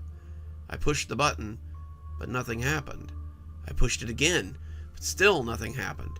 I peeked into the VCR slot and found it empty. Someone had taken my tape. I came hobbling from the room on all fours, probably possessed of that "give us the precious" look old Smeagol showed to Frodo far too often. I heard Mom in the kitchen, still looking for my grandma, but I only had one thing on my mind. Mr. Harzo had to be here somewhere. At the bottom of the stairs, I stopped, cocking my head like a dog as I listened. I could hear him. I could hear Mr. Harzo. I could hear the melodic sound of his voice. I could hear the soothing tones that had so often told me that everything would be fine. I had craved that voice for the past 7 days, and now it was so close I could almost taste it. I ambled up the stairs as quiet as I could, pressing my ear to the door of my grandma's room. I could hear him telling her how he understood her woes and commiserated with her sorrow. I shoved the door open, looking into the squalor that had become my grandmother's room. It was filthy. A smell like waste just left to drop where it would assaulted my nose, along with the smell of spoiled food. Grandma was perched on the bed like a gargoyle, her eyes glued to the little TV on the nightstand. The glow from it illuminated her face like a death mask. It had only been a week, but she looked so haggard and so old that it almost scared me to look at her. She jumped when I screamed at her to give me back my tape. She covered the TV, the screen making her eyes shine with lust as the two of us yelled at each other like angry cats. I told her how unfair it was that she could just take things from me, and demanded that she give it back. She said it was her tape now, and that she would never give it back. In the background, I could also hear the consoling voice of Mr. Harzo as he told us to both find a compromise, and that fighting was never the answer. I could hear Mom downstairs, her feet pounding up the hardwood, the sound of us fighting having galvanized her. Mom walked in just as Grandma dealt me a vicious slap across the cheek, rocking my head to the side and sending me sprawling to the floor. I can remember the two of them shouting at each other as easily as I can remember my favorite television show. They never came to blows, but it was very close a few times. Mom wanted to know just what the hell was going on. Grandma kept shrieking that she wanted us out, all the while clutching her murky television set. She said we were not welcome here anymore. She said she never wanted to see us again. She said that she would call the police if we didn't leave immediately. All the while, I could hear Mr. Harzo whispering for her not to do such a thing, for her to work out her problems, to reconcile with her loved ones. Far from making her see reason, hearing her voice only seemed to harden her resolve. Hearing his voice only made me want to bask in the glow of that murky television set all the more. Finally, we left, my mother weeping openly as she dragged me kicking and screaming down the stairs. That was the last time I heard his voice, for 12 years. You would say that after 12 years I might have forgotten about Mr. Harzo. You might think that after 12 years I would have surely moved on with my life. You might assume that I would find other hobbies and interests besides talking to a man that lives inside a VHS tape. You would be wrong. Dead wrong. When it became apparent that I couldn't get the tape back, I started searching. This was the early days of the internet, and I started furiously pursuing information online about similar tapes or similar programs. I didn't find much. There were a handful of people who were clearly just playing around, a few others who were trying to use the tape, and my obvious desire for it, to lure me into something terrible. Neither of these bothered me much, but the others showed me something I didn't want to see. Becky and Steven were two users I spoke to on a forum who believed they had actually come into contact with Mr. Harzo. Both had the kind of conversations with me that smack addicts likely had with each other. They spoke of their time with him lovingly, their words painting a picture of almost worshipful need. Becky said she had spent 10 years with Mr. Harzo before her mother had taken her television and thrown it out. She locked Becky in her room, and Becky had been forced to watch the truck come and take the TV, VHS and all away forever. Steven had a similar story, but his tape had been destroyed in a fire when his house had burned to the ground. That was 2 years ago when I found them, and I had no idea how much they would affect my search. About a year after meeting Steven, he stopped talking altogether. Becky and I assumed that something must have happened to him. He had been teetering lately, rolling in the memories of his time with Mr. Harzo, like a dog rolling in a smell it likes, and he had been talking about self-harm a lot. When he didn't sign on for about a week, Becky and I assumed he had finally had enough of dwelling on something that he couldn't have. His last message read, "I'll be with him soon." Becky, on the other hand, saw an opportunity that I never would have foreseen. She had been asking a lot of very loaded questions about where I lived, and more importantly, where my grandmother lived. You see, Grandma was still alive, even after 12 years of living under Mr. Harzo's watchful eye. No one had seen her, no one had heard from her, and she just sort of lived off her retirement and her slowly deteriorating house. I had walked by a few times, trying to find a way inside while she was away, but she never left. Her groceries were delivered, her mail spilled from her box, and she simply existed inside her crumbling tomb. I saw what Becky was after, and refused to tell her where she could find my tape. Becky, it seems, was more resourceful than I had thought, though. About a week ago, Mom got a call that Grandma had died. The police told us that someone had broken into her house, probably thinking it was abandoned, and found her in her bedroom. The two had fought, and despite her age, Grandma had strangled them to death. Her heart, however, wasn't quite as strong as her hands, and she had died with her fingers pressed into the flesh of the intruder. The intruder had been identified as Rebecca Smythe, a resident of California, who seemed to have driven 800 miles just to break into my grandmother's house. It seemed that my internet friend had finally pinpointed where my grandmother lived, and it had been the end of her. The night after the funeral, I made my move. I broke a window around back, we no longer had a key to the house, and made my way through the unfamiliar squalor. The house was a wreck, junk and garbage piled everywhere, and when I finally found the stairs, I breathed a sigh of relief. They were sagging, the wood groaning as I walked up them, but they were still intact, and my prize was within reach. The TV was on the nightstand, its soft glow illuminating the bed where Grandma had breathed her last. The tape sat in the murky light, like a red invitation or a jolly splash of blood. I've been holding it, feeling its red plastic in my fingers for nearly an hour, as I contemplate whether or not to slide it in. It's not a question of whether I will or not. I have missed Mr. Harzo desperately for the last 12 years, but I wanted to take down this story before I give my life back to him. You may think this is his fault somehow, but I cannot blame him for what has happened. He told my grandma on that long ago day to reconcile with us. He never told me to hurt anyone. He never told me to be unkind to anyone. I think that's why people seek him. When Mr. Harzo speaks, you feel as though he speaks only for you. He accepts you, no matter what, and that kind of power is intoxicating. The TV accepted the tape in just the same way it always had, and now he's smiling at me and welcoming me back as an old friend. I think I'll go speak with my old friend for a while. I think I'll go speak with him for the rest of my life.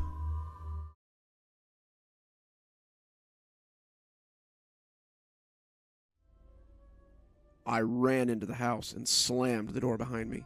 Looking around frantically, I called for my parents. At that moment, I became about 4 years old again. My fear congealed in my guts when I realized they weren't home.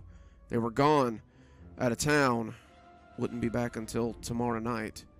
That's why I'd been staying at Billy's in the first place. That's why Billy was thump, thump, thump. "Open up, Johnny, I know you're in there," said a slurry voice, sing-songing the words as the owner tried to bowl the door down. I turned and shot the bolt before backing away from the front door as though it might bite me. The wood on the thick old door, solid enough to rattle the windows when it slammed, looked like it was bowing in as whatever was on the other side pushed at the wood.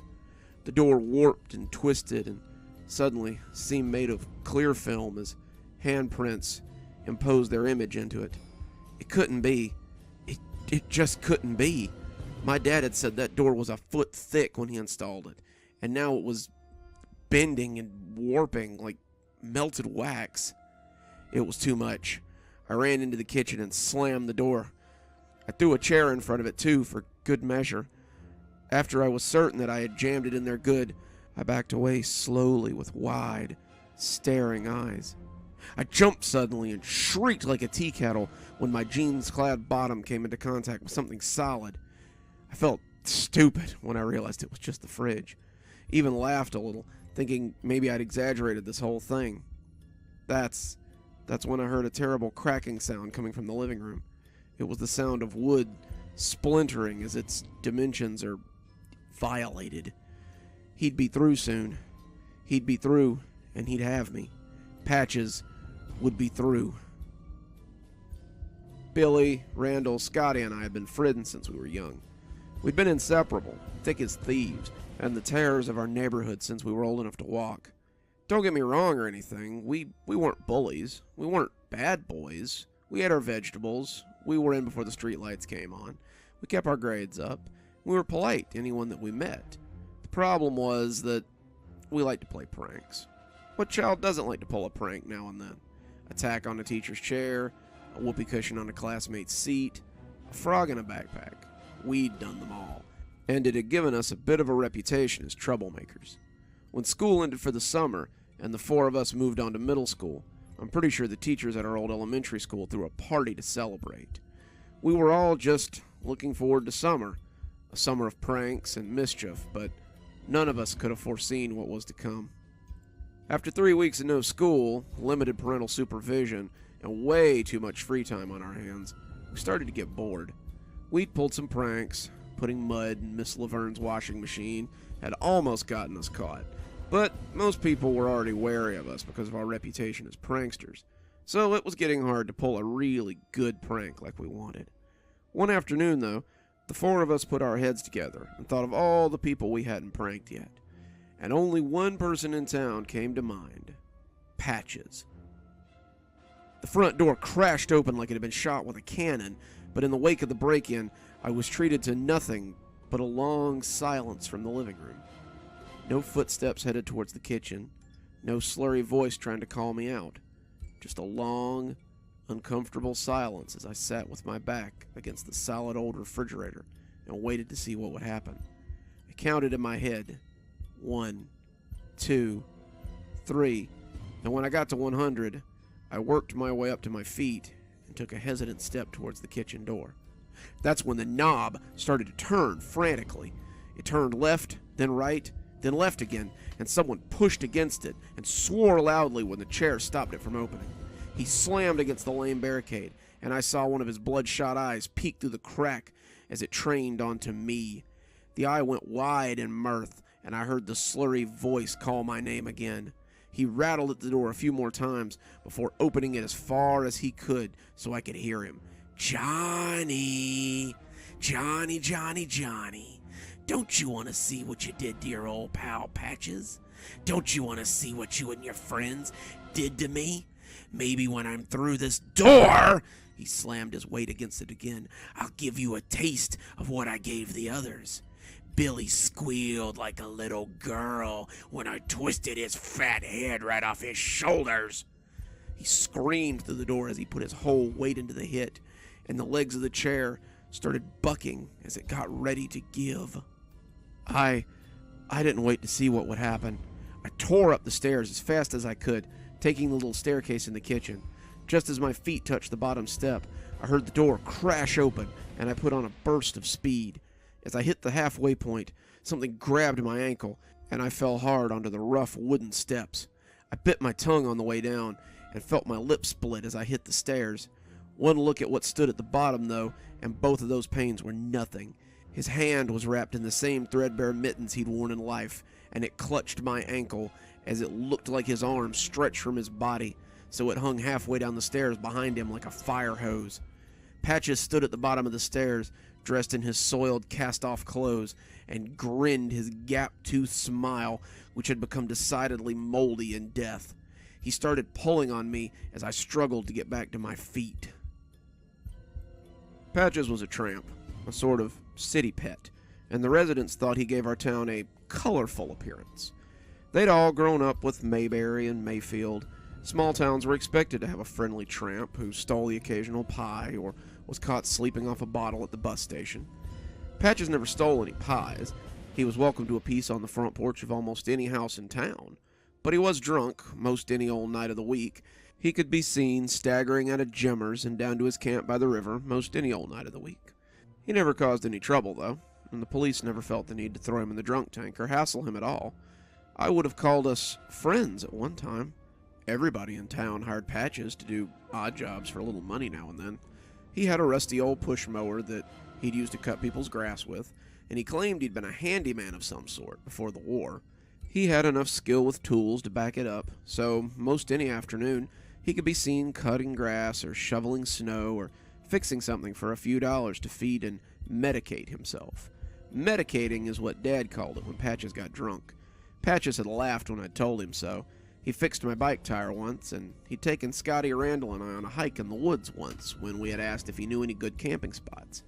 He was a nice guy, sober or drunk, and I don't think I'd ever seen anyone in town have any trouble with him. We shouldn't have pranked him. It was wrong. I wish now that I could take it back. Pranking him had been Billy's idea, but we'd all gone along with it. Billy's dad owned the hardware store, and he was just about the only guy in town that didn't really trust Patches. Billy's dad headed out for tramps and vags, and he taught his son to be mindful of them as well. Tramps like a no-good dog pretending to be good.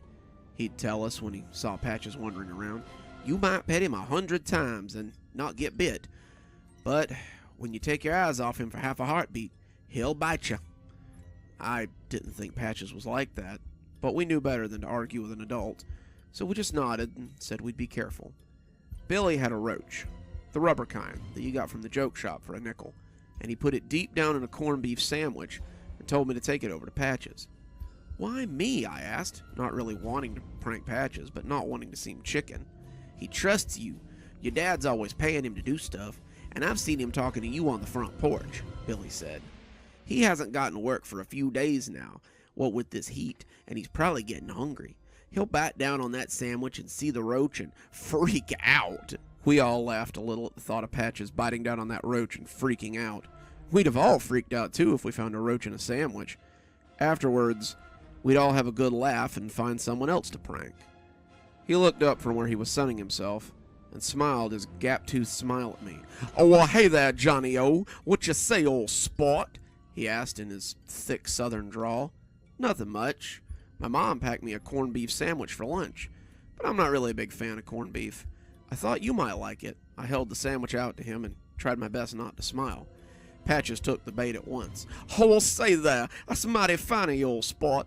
Been here a day and a half since I had me any victuals." He took the sandwich and had a big bite, chewing with relish. "By the way, I saw Miss Laverne's washing machine."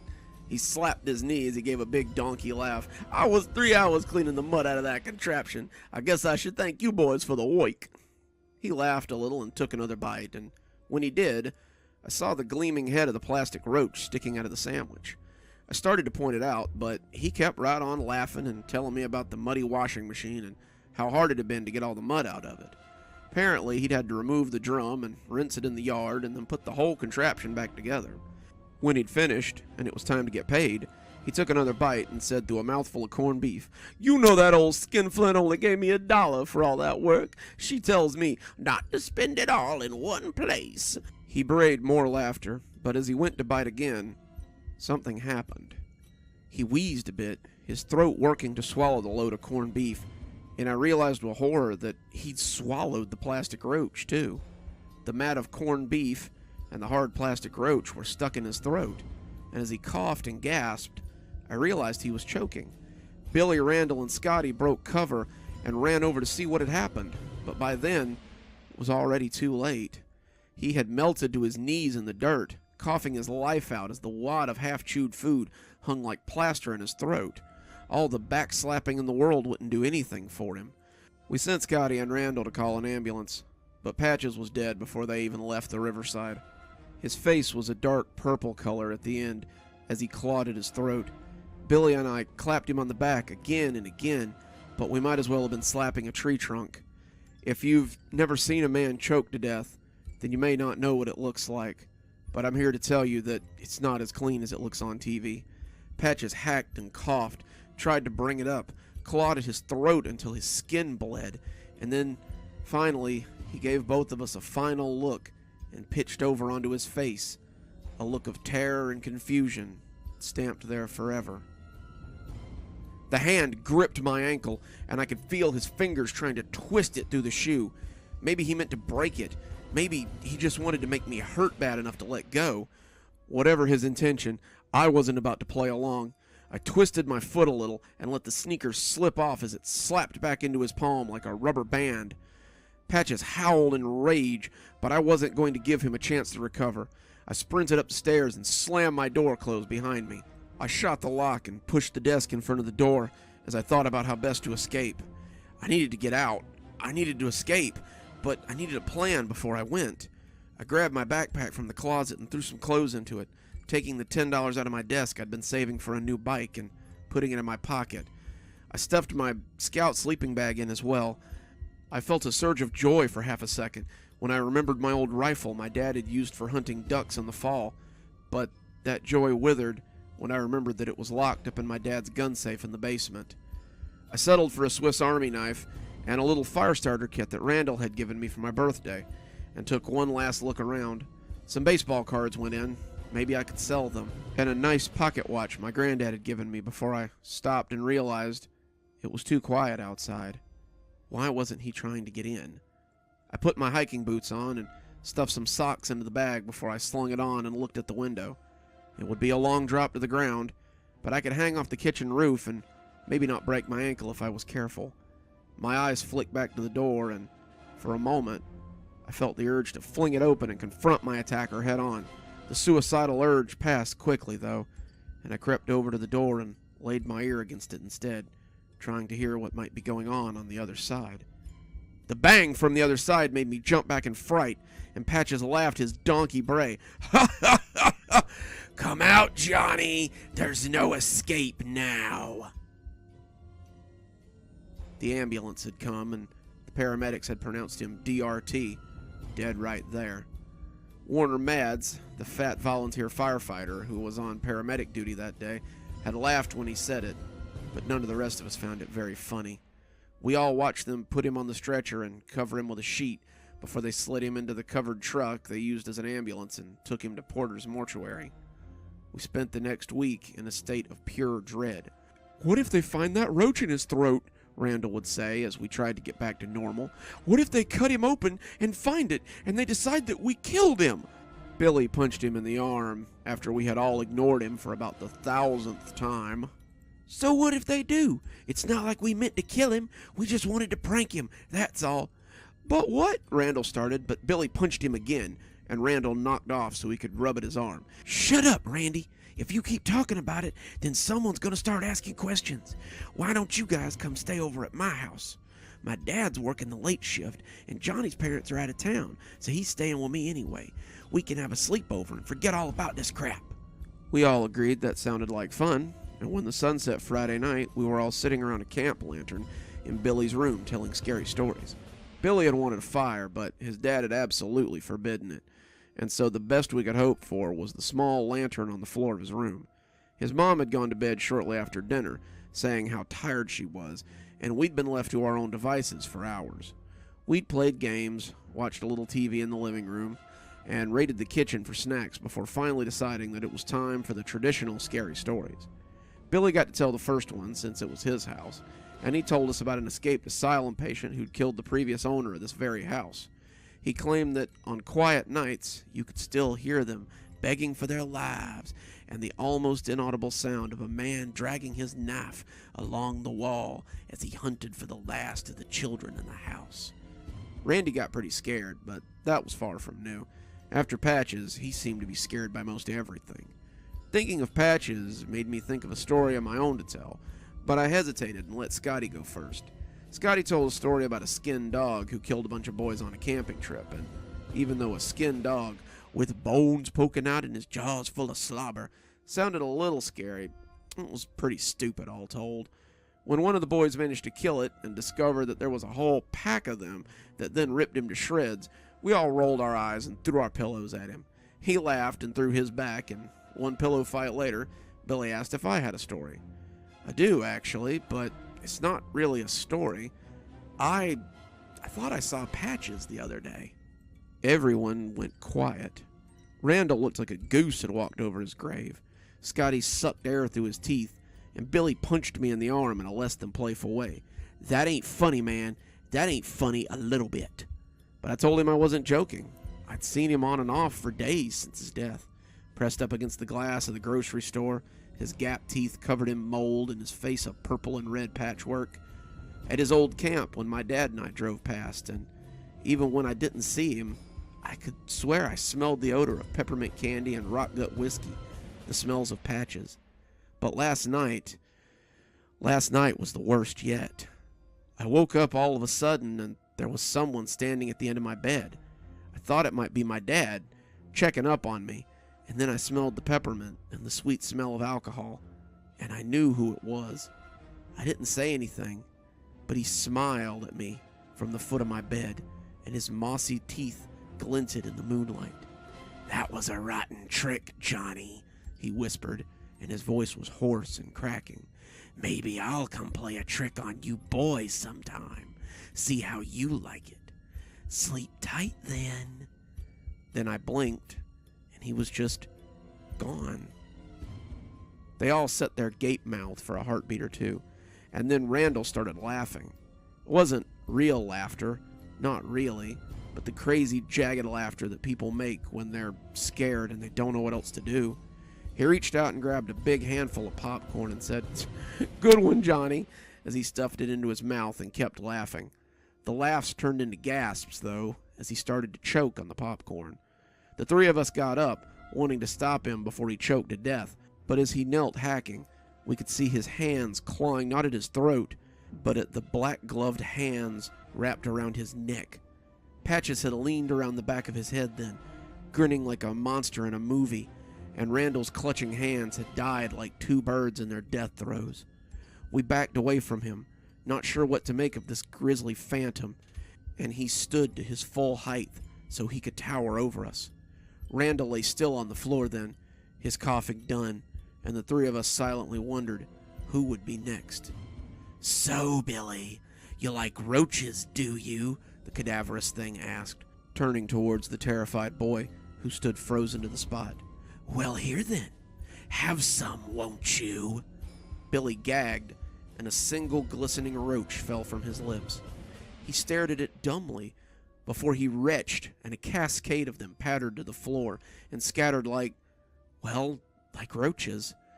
He went to all fours and kept vomiting up the glistening insects, his body racked with sobs and heaves as Patches laughed merrily over his handiwork. It was too much. I bolted for the door and never saw what happened to Scotty. I threw open the living room door and ran out into the night, but I could hear the laughter of that mad apparition behind me as I fled for the safety of home. I believed, in my youth, in the talismanic protection of home, and as Patches dogged my heels, I could see it getting closer and closer before me. I found my keys and rammed them into the lock, and as the door closed behind me, I was certain I was safe. Sitting in my room now, I realized I would never be safe again. Sitting on my sleeping bag and writing this down, I realized I haven't been safe for the last 20 years. I fled that night with my backpack and my fear, and God forgive me, I never looked back. I later found out that the deaths of my three friends were the talk of the small town, and many believed that I had been abducted by whoever had done the killing. I used the money I had to get as far away as I could from my hometown, and when it was gone, I worked for men who would hire a boy my age to do a day's work. This was 1974, so there were kids on the run all over, and one more didn't really strike much interest. When I couldn't work, I begged, and when I found someone willing to take me in for a few days, I stayed. Eventually, though, I would have to move on again or risk being caught in the shadow of Patches. Patches didn't stay in my hometown, after all.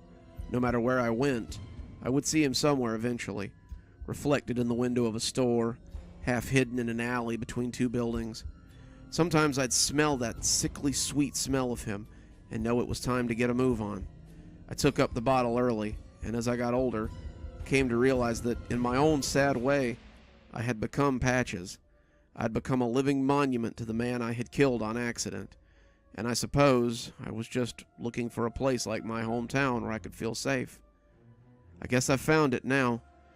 The truck dropped me off by the familiar river I had so often swam in when I was young, and as the sun set, I found the ragged remains of Patches' old camp. The town has changed, as I knew it would, and the attendant at the corner store gave me a dirty look as I used my last $5 to pick up a bottle of Irish Rose whiskey. I didn't care. By tomorrow, I'd just be another curiosity piece in the local paper. Homeless man found murdered by the river, it would likely say. And after 20 years of running, I guess that's not too bad. The bottle's half gone now. So was the sun, as I sit here making my final notes. I'm sitting in the spot where his camp used to be, and the sounds of the river, the frogs, and the crickets just tuning up behind me, are almost soothing as I wait for my death to come. He'll find me now, I'm sure of it, and after all this time, it's almost a relief. A shadow has fallen over me, and a familiar voice asks, "You gonna finish that bottle, Johnny?"